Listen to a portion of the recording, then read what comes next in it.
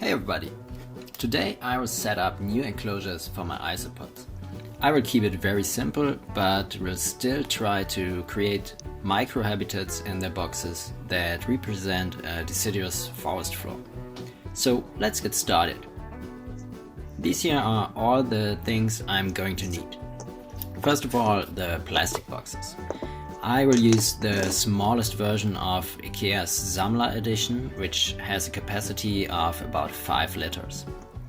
To make some ventilation holes into the boxes, I use this metal drill bit with a diameter of about 5.5 millimeters. And I will make some holes here at the top of the box. As substrate, you can use deciduous forest soil.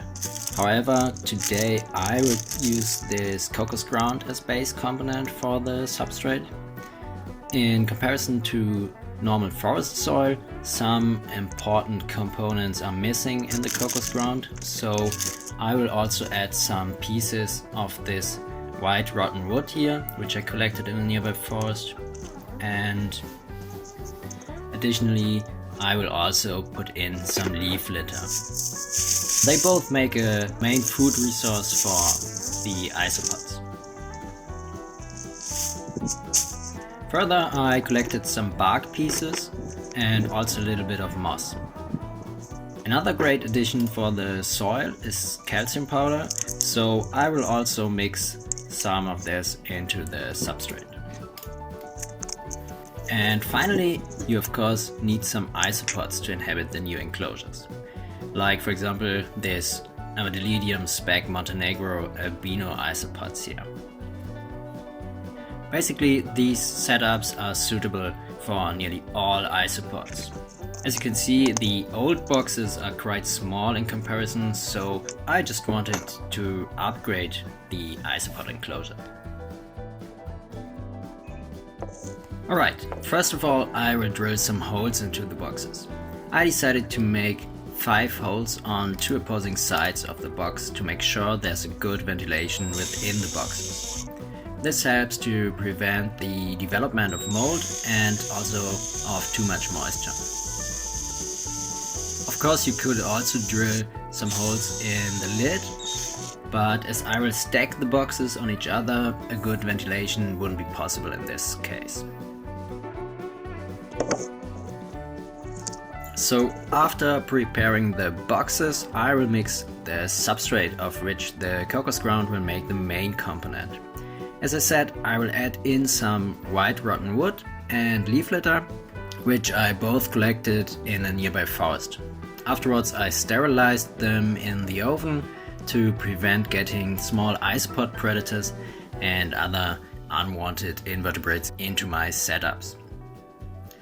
Additionally, I will add some spoons of this calcium powder because a sufficient calcium supply is very important for the isopods' growth and also for their successful breeding. Now this substrate can be filled into the boxes to a height of about 5 centimeters. In one corner I put some moss. This will be the corner in which I will pour water regularly, and so there will be one humid corner in the box which the isopods can visit for molting or whenever they need more humidity. Some pieces of bark make perfect natural heights for isopods, so I will stack a few here. As additional heights, but also as food resource, I will add some bigger pieces of the white rotten wood, which I also mixed into the ground substrate. The remaining ground surface will now be covered with some leaf litter to prevent a fast desiccation, and as additional food and heights. I mainly use beech and oak leaves for this, as they contain antibiotic and mycostatic components which help to maintain a healthy microclimate without mold. Finally, I'll add some cuttlebone pieces as an additional calcium source. Some tiny springtails will also be introduced as cohabitants of the isopods. They are great helpers and prevent mold.